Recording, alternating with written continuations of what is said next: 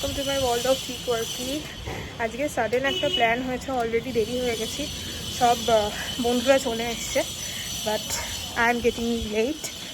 যাচ্ছি এখন, তারা তো মনে হয় খুব চিৎপাত চেঁচামেচি করবে, তো আজকে ভাবলাম একটা ছোট্ট ব্লগ শ্যুট করি। আবার এখানে লোকাল কিছু ঘুরবো, এখনও ঠিকমতো প্ল্যান নেই যে কী ঘুরবো, কী এক্সপ্লোর করবো।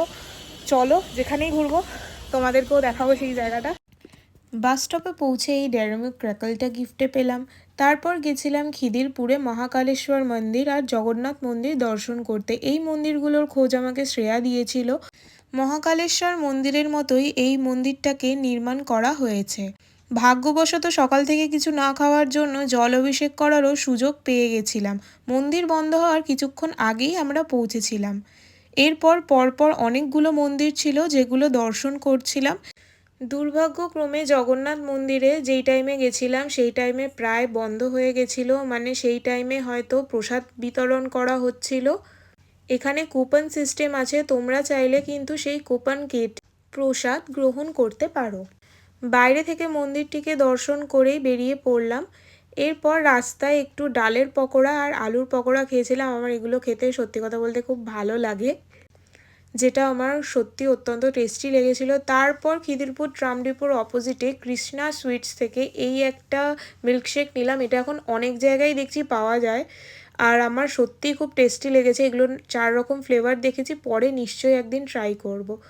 এরপর কালীঘাটে পৌঁছে আমি এই শিমুল ফুলগুলো নিয়ে দেখাচ্ছিলাম। প্রথমবার আমি ধরেছিলাম এই ফুলগুলো, এত সুন্দর দেখতে ফুলগুলো। আমি তো প্রথমে এগুলিকে পলাশ ফুল ভাবছিলাম, পরে আমার এক বন্ধু বলে এগুলি শিমুল ফুল। এরপর কালীঘাটের দিকে রাস্তা খুঁজতে খুঁজতে পৌঁছে গেলাম হোটেল তরুণ নিকেতনে। 110 বছরের পুরনো এই হোটেল তরুণ নিকেতনে আমি সিনফুল ফুডির ভিডিও দেখে আমি এসছিলাম। আমি 2020 থেকে ওনাকে ফলো করি, আর সত্যি দিদিকে খুব ভালো লাগে। তো ওনার রিভিউ অনুযায়ী আমিও পৌঁছে গেছিলাম তরুণ নিকেতনে। অ্যাম্বিয়েন্সটাই এত সুন্দর লাগছিল এই হোটেলের।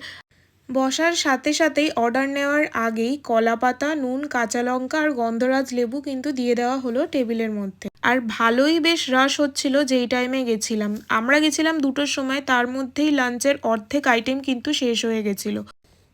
আর এখানে গরমে একটু নাজেহাল অবস্থাই হয়ে গেছিল, আর চারিদিকে এত রাশ, ভেবে পাচ্ছিলাম না কোনটা কি অর্ডার করব। যেই টেবিলেই দেখি নানান ধরনের খাবার। লাস্টে ডিসাইড করে শুক্তো, ইলিশ মাছের মাথা দিয়ে কচুর শাক, ভেটকি মাছের পাতুরি, মাছের ডিমের বড়া, মাটন কষা, কাতলা মাছের কালিয়া, ধোকার ডালনা, এত কিছু অর্ডার করি।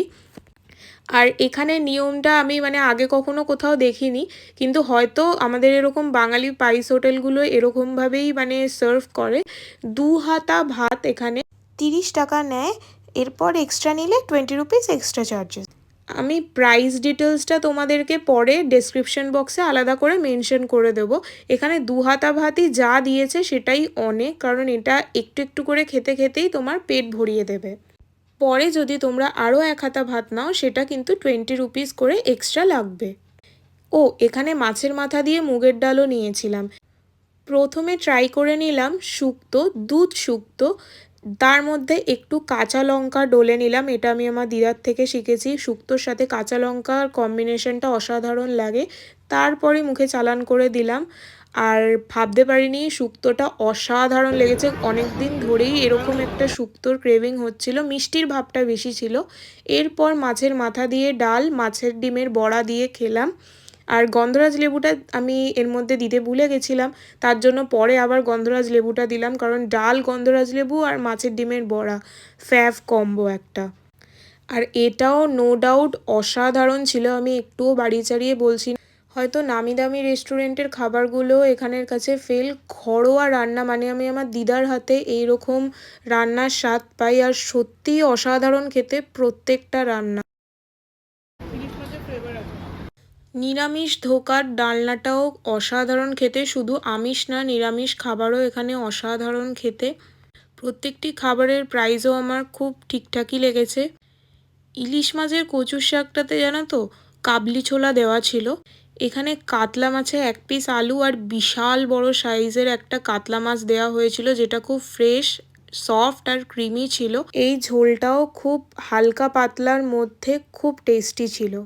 প্রত্যেকটি খাবারের মধ্যে একটি বাড়ির ছোঁয়া রয়েছে। এখানে নিয়েছিলাম ভেটকি মাছের পাতুরি, অনেকটা বড় সাইজ দেখেই তোমরা হয়তো বুঝতে পারছো, মাছও অনেকটা দেওয়া ছিল। আমার তো বেশ ভালো লেগেছে এই ভেটকি পাতুরিটাও। যদিও এত কিছু খাওয়ার মানে আমি কি করে শেষ করব সেটা ভেবে পাচ্ছিলাম না। মাটন যেহেতু আমি খাই না, তাই আমি আমার বন্ধুকেই ট্রাই করতে বললাম। 4 পিস মাটন, 1 পিস আলু একটা বিশাল বড় বাটিতে দেওয়া হয়েছিল, আর সেটাও মানে ওদের খেতে খুব ভালো লেগেছে। এই যা খাবার নিয়েছি 3 জনের অনায়াসে পেট ভরে যাবে।